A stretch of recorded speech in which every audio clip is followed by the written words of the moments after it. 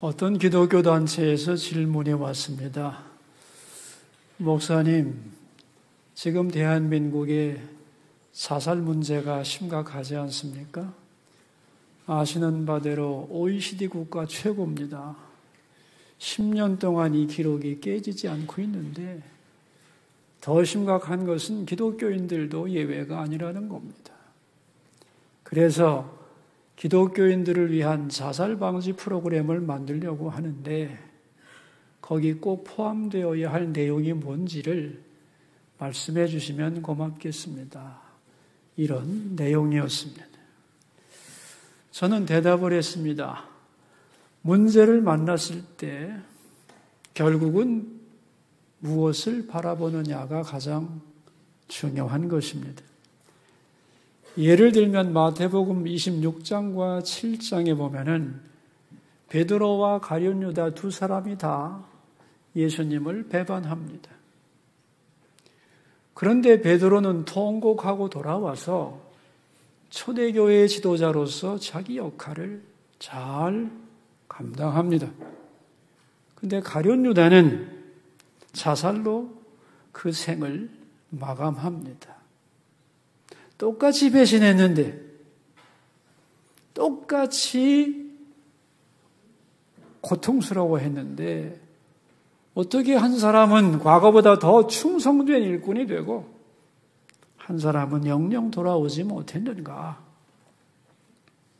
그 이유는 베드로는 괴로워하면서도 예수님을 바라보았습니다. 자기가 배신할 것을 다 아시면서도 끝까지 자기를 믿어주고 사랑하시는 예수님을 바라본 거죠.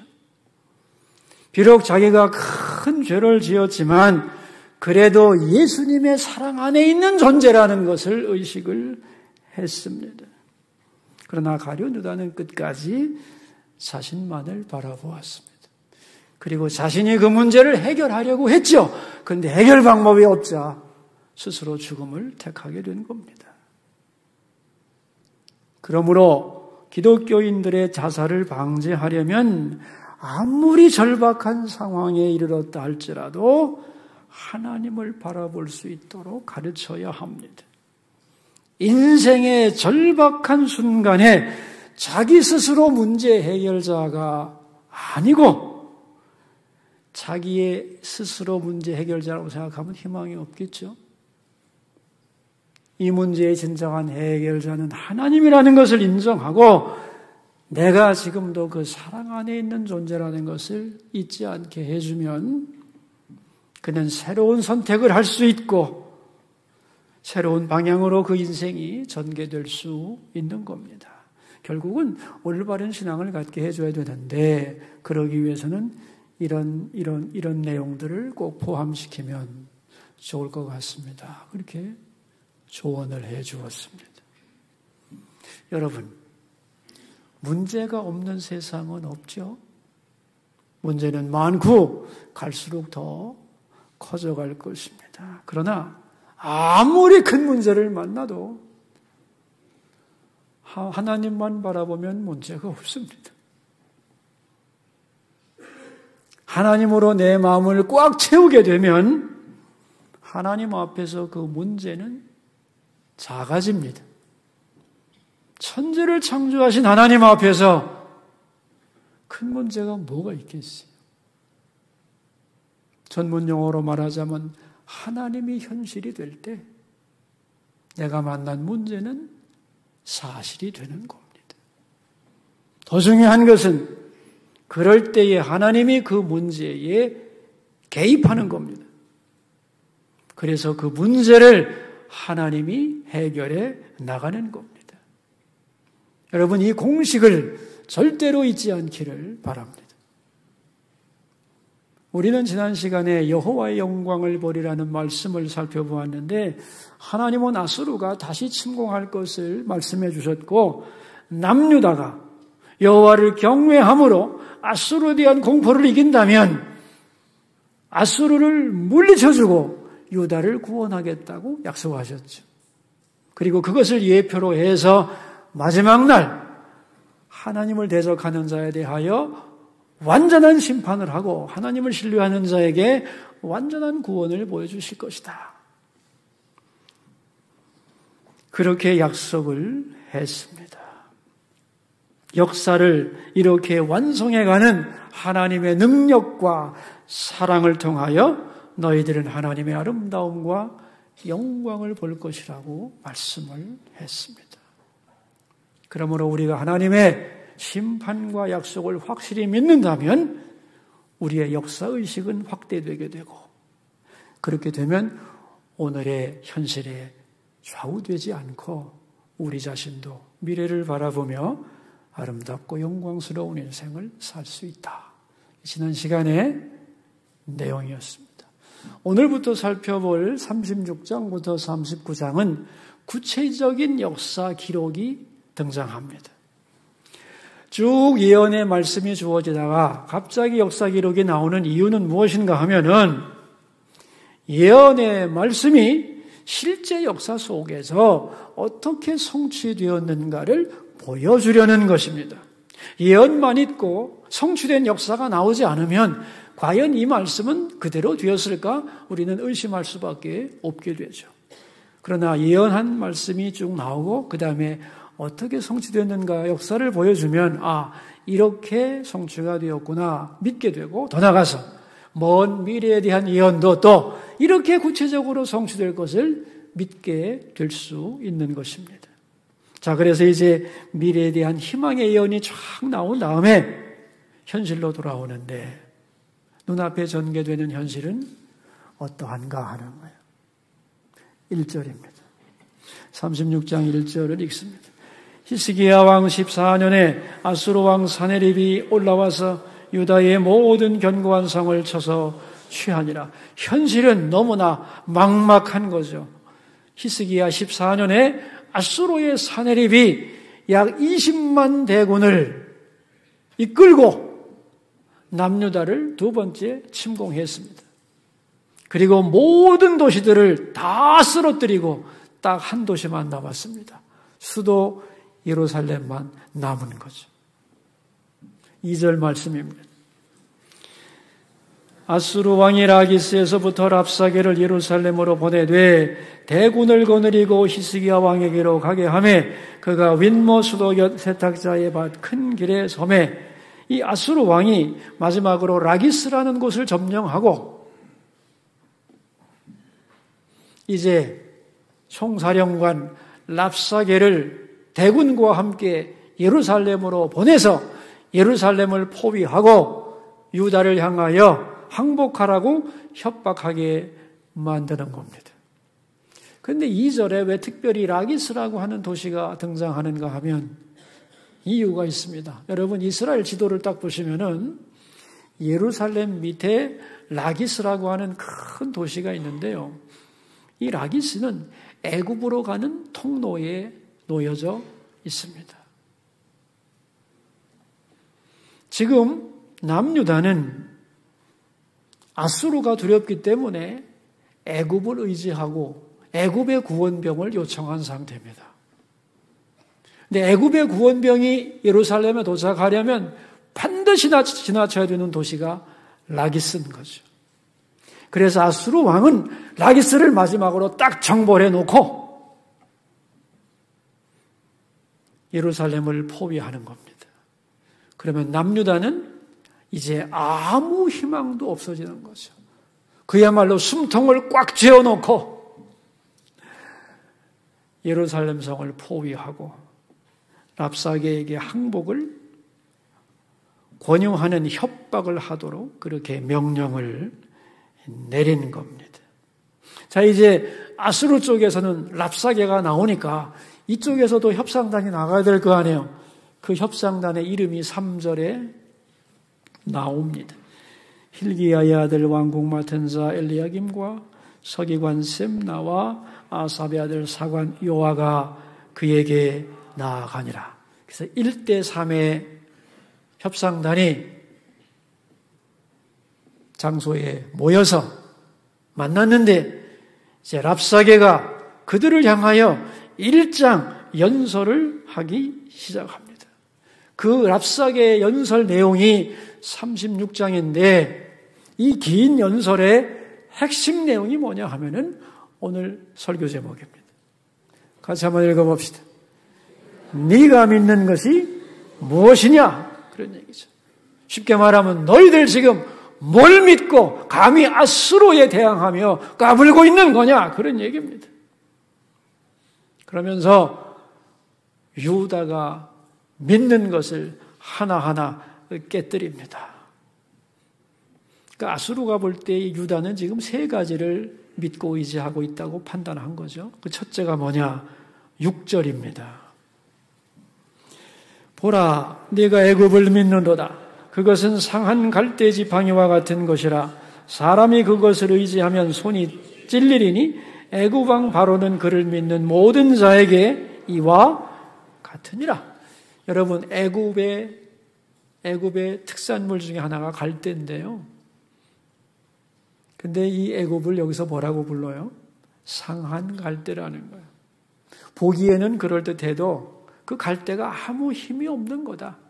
그러니까 애굽은 바라볼 때는 힘이 있는 것 같고 남을 도와줄 수 있을 것 같고 의지할 만한 지팡이가 될 것 같지만 실제로는 다 상해버려가지고 그럴 힘이 없는 껍데기뿐이다. 그러므로 너희들이 애굽을 믿고 우리에게 대적한다면 큰 실수를 하는 거다. 애굽은 믿을 수 없다. 그런 얘기죠. 자, 두 번째 유다가 믿는 게 뭘까요? 7절입니다. 함께 읽읍시다.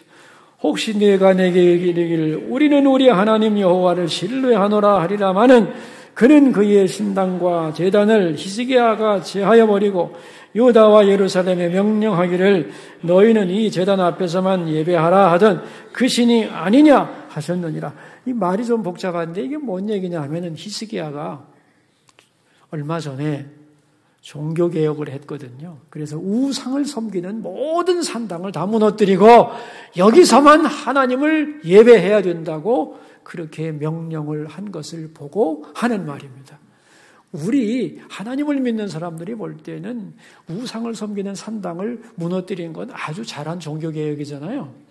이방인이 볼 때는 그 산당도 다 하나님 섬기는 똑같은 산당 아니야. 그 산당 다 네 손으로 부쉈잖아.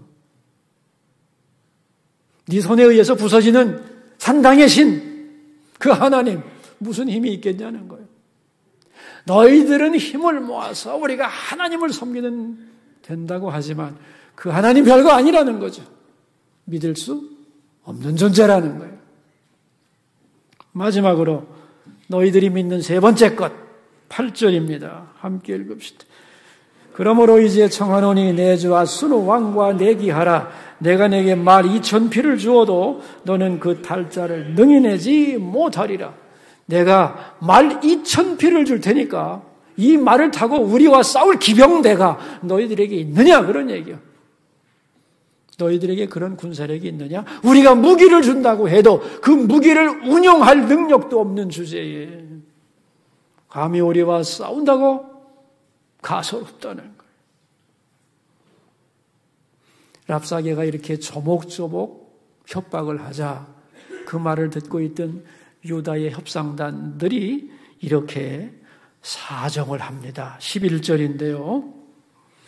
이에 엘리야김과 셈나와 요아가 랍사에게 이르되 우리가 아람 방언을 하오니 청하건대 그 방언으로 당신의 종들에게 말하고 성 위에 있는 백성이 듣는 데서 우리에게 유다 방언으로 말하지 마소서.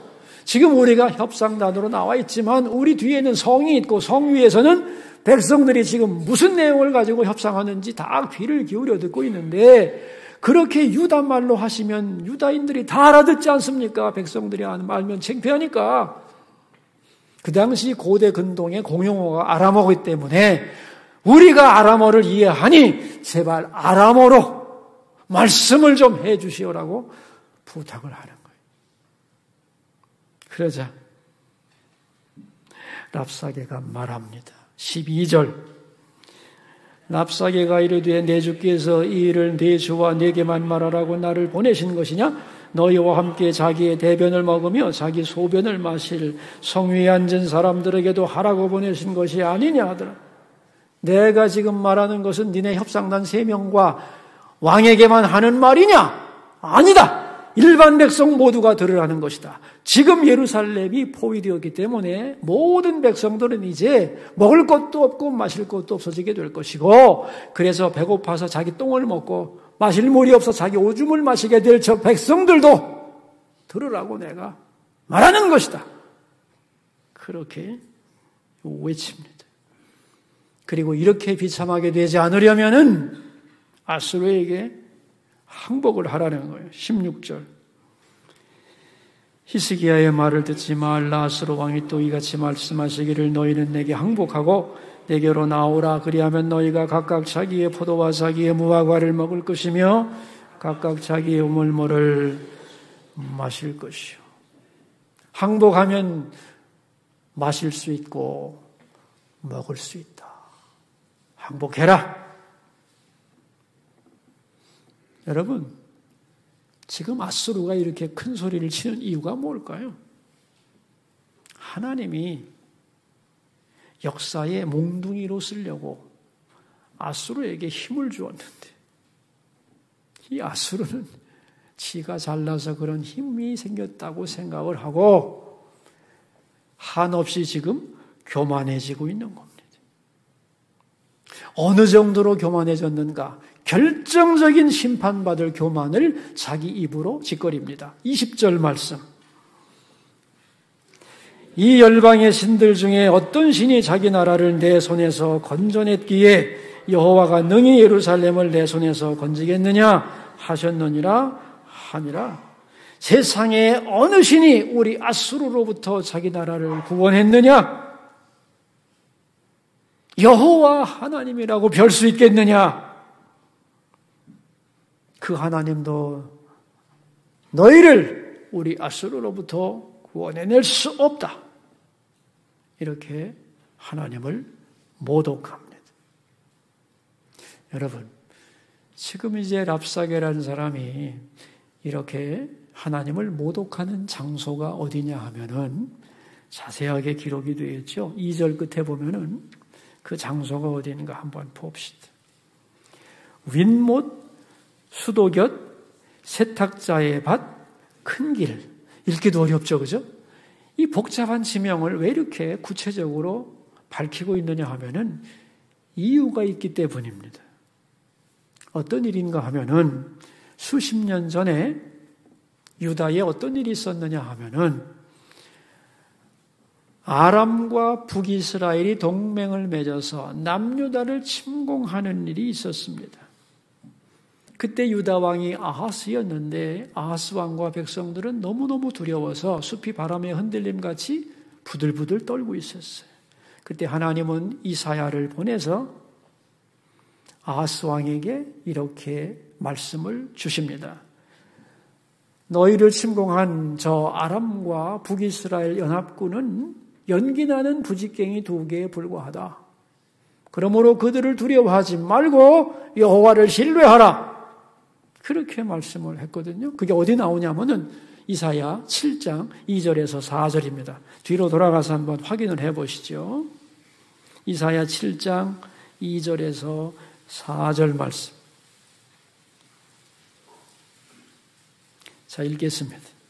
어떤 사람이 다윗의 집에 알려 이르되 아람이 에브라임과 동맹하였다 하였으므로 왕의 마음과 그의 백성의 마음이 숲이 바람에 흔들림같이 흔들렸더라. 그때 여호와께서 이사야에게 이르시되 너와 네 아들 스알야습은, 자 보세요, 윗못, 수도 끝, 세탁자의 밭, 큰 길 똑같은 장소에 나가서 아하스를 만나 그에게 이르기를 너는 삼가며 조용하라. 르신과 아람과 르말리아의 아들이 심히 노할지라도 이들은 연기나는 2 부직갱이 그루터기에 불과하니 두려워하지 말며 낙심하지 말라고 그랬습니다. 그런데 아하스는 그 말을 듣고도 하나님을 믿지 못하고 두 나라를 두려워했기 때문에 아수르에게 구원병을 요청하게 되죠. 그런데 이제는 그 결과로 아수르가 남유다를 무너뜨리려는 지경에 이르게 된 겁니다. 만약에 역사의 필름을 반대로 돌려서 아하스가 여호와를 경외했더라면 두 나라를 두려워하지 않았을 것이고, 두 나라를 두려워하지 않았다면 아수르를 불러들일 필요가 없었을 것이고, 아수르를 불러들이지 않았다면 오늘과 같은 상황은 일어나지 않는 거죠. 그런데 하나님의 말씀을 믿지 않았기 때문에 오늘 이렇게 적들로부터 비참한 모욕적인 말을 듣게 되었다는 겁니다.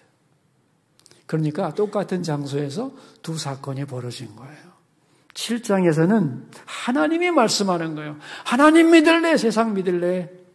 하나님을 믿어야 된다 그랬는데 36장에서는 똑같은 장소에서 아수르, 세상이 말하는 겁니다.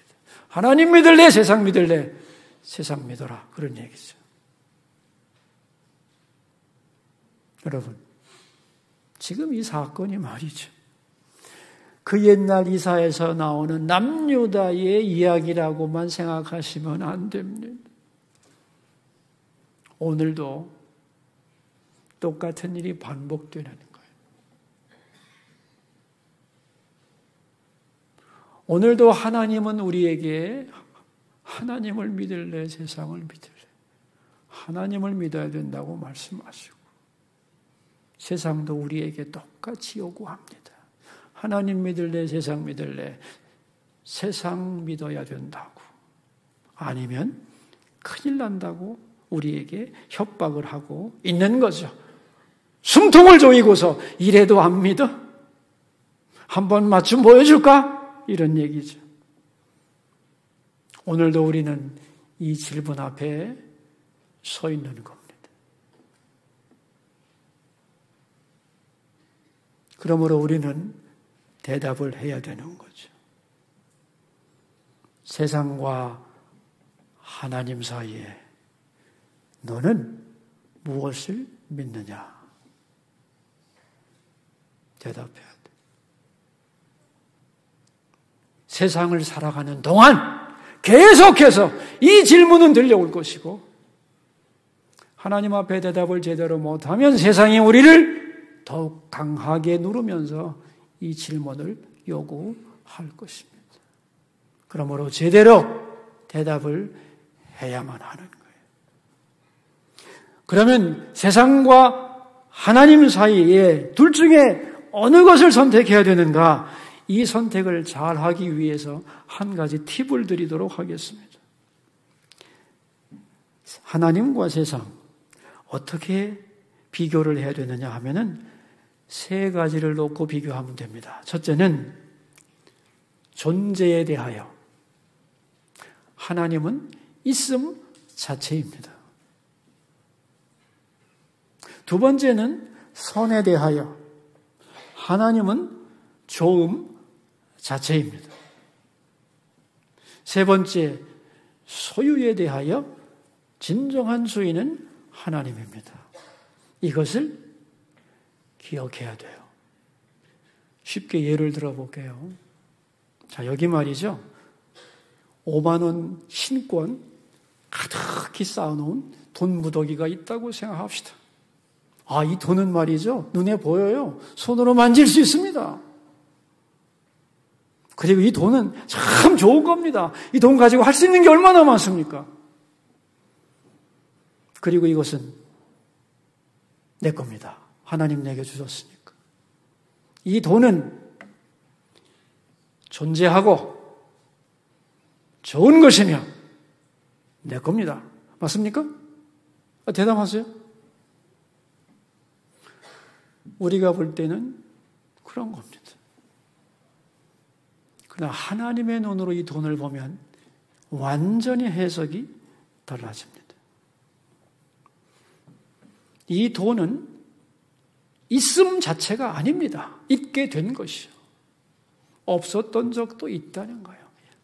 이것을 있게 하신 있음 자체가 하나님입니다. 그러니까 하나님이 볼 때 이 돈은 없는 것과 진배가 없는 거예요. 우리 눈에 보일 뿐이지 언제든지 없게도 하고 있게도 하시는 있음 자체이신 하나님이 볼 때는 돈은 있는 것도 아니죠. 두 번째, 이 돈은 우리에게는 무지하게 좋은 겁니다만은 이 돈을 주신 하나님은 더 좋은 분이죠. 맞나요? 선물보다 중요한 것은 선물을 주신 분이죠. 그러니까 우리가 돈을 좋아하는 게 나쁜 건 아닙니다. 좋은 거니까 좋아하지. 그런데 하나님보다 더 좋아하면 안 되죠. 왜요? 하나님이 더 좋은 분이기 때문에. 자, 이제 이 돈은 내 겁니다. 내 마음대로 하면 됩니다. 라고 생각하지만 하나님이 볼 때는 아닙니다. 진짜 돈의 주인은 하나님이요. 내 생명의 주인도 하나님이고. 여러분, 내가 보는 시각과 하나님이 보는 시각은 이렇게 다른 겁니다.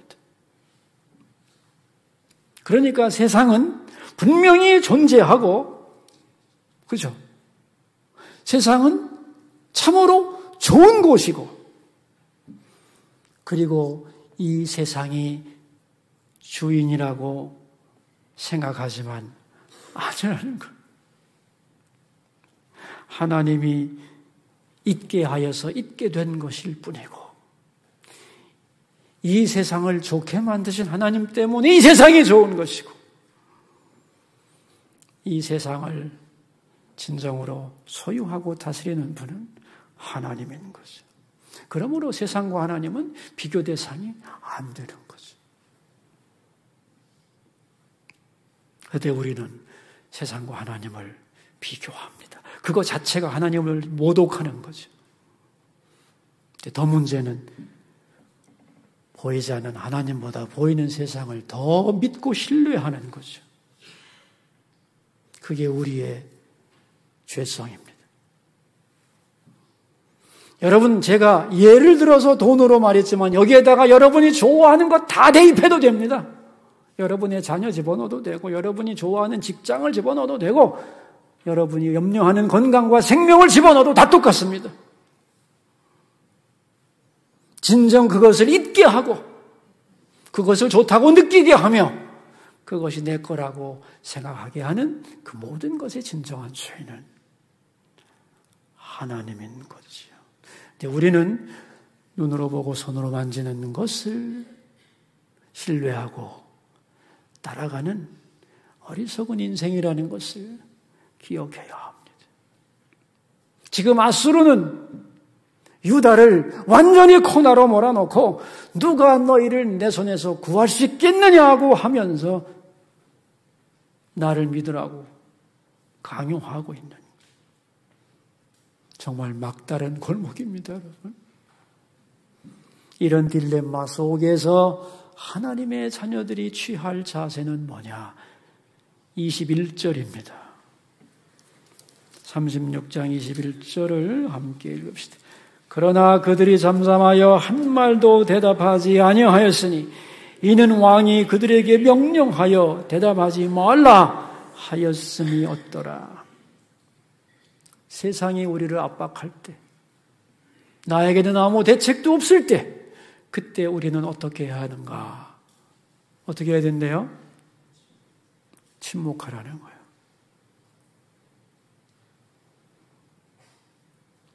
침묵하라는 거예요. 아무 말도 하지 말라는 거예요, 일단. 여러분, 여기서 침묵한다고 하는 것은 첫째는 나에게는 아무 대책도 없다는 뜻이죠. 내가 대책이 많으면 나도 이렇게 나올 수 있다고 랍사기 앞에서 외칠 거 아닙니까? 아무 대안이 없는 거예요. 여러분, 대안이 없는 것으로만 끝나면 낙심하죠. 자살할 수밖에 없죠. 그러나 하나님은 모든 것을 할 수 있습니다. 그러므로 가만히 있는다는 것은 내가 아무것도 방법이 없다는 소리고, 지금 이 문제에 반응하지 않고 나는 모든 것을 할 수 있는 하나님에게만 반응하고 있다는 이야기입니다. 그것이 가만히 있는 거예요. 근데 이 가만히 있는 시간은 바깥으로 볼 때는 가장 비참한 순간이에요. 근데 하나님은 이 순간을 기다립니다. 우리가 아무것도 할 수 없는 존재임을 인정하면서 하나님만을 하나님은 기다리는. 그리고 그때에 하나님은 그 문제에 개입하는 겁니다. 우리의 주인이기 때문에. 그래서 우리가 싸우지 않고 하나님이 그 문제를 해결해 나가는 겁니다. 그래서 유다가 아무 말도 하지 않고 하나님만 바라볼 때에 이제 앗소르를 격퇴하는 일은 유다에게 달린 것이 아니라 그 유다의 주인 되시는 하나님의 일이 되는 것이죠. 여러분, 이 비밀을 결코 잊지 않기를 바랍니다. 우리는 생각하기에 문제가 생기면 내가 이리 뛰고 저리 뛰고 직접 나가서 해결하는 것이라고 생각하지만 그것은 세상의 방법일 뿐이에요. 우리에게는 주인 되시는 전능한 하나님이 계십니다. 그 하나님이 개입하셔서 문제를 해결하는 것이 진정한 해결책이죠.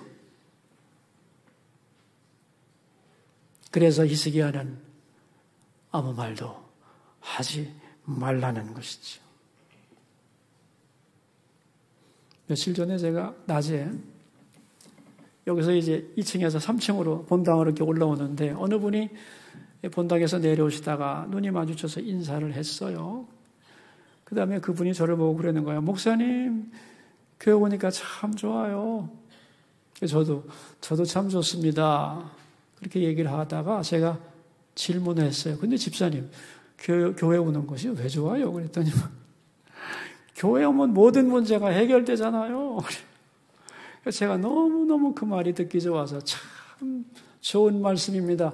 우리 성도들이 다 집사님 같이 고백하면 얼마나 좋겠어요. 그랬어요. 그랬더니 그분이 나보고 묻더라고요. 그럼 목사님은 교회 오는 게 왜 좋으세요? 이러는 거예요. 순간 제가 당황을 했습니다마는 이렇게 얘기를 했습니다. 교회 와서 하나님 앞에 조용히 앉아 있으면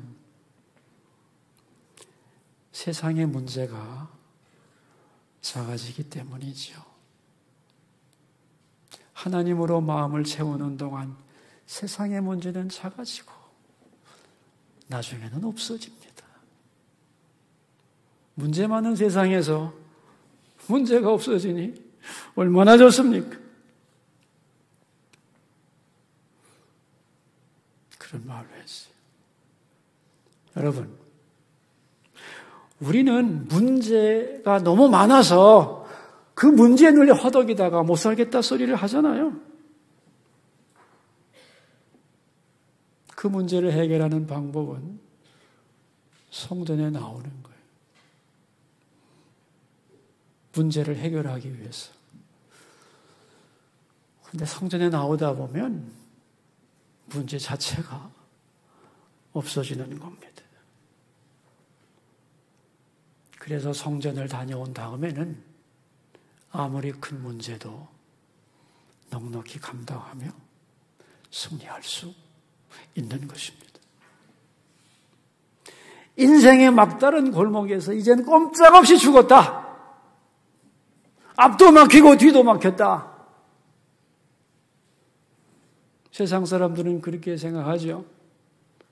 그런데 여러분, 그 순간에도 하늘의 문은 열려 있습니다.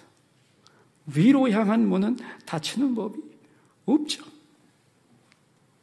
그러므로 나는 아무것도 할 수 없다고 다 끝났다고 포기하면 안 됩니다. 막막할 때 비명을 지르거나 원망불평하면 안 됩니다. 잠잠히 하나님을 바라보세요. 그럴 때 하나님이 개입하셔서 내가 만난 문제 앗수르를 처리해 가실 줄로 믿습니다.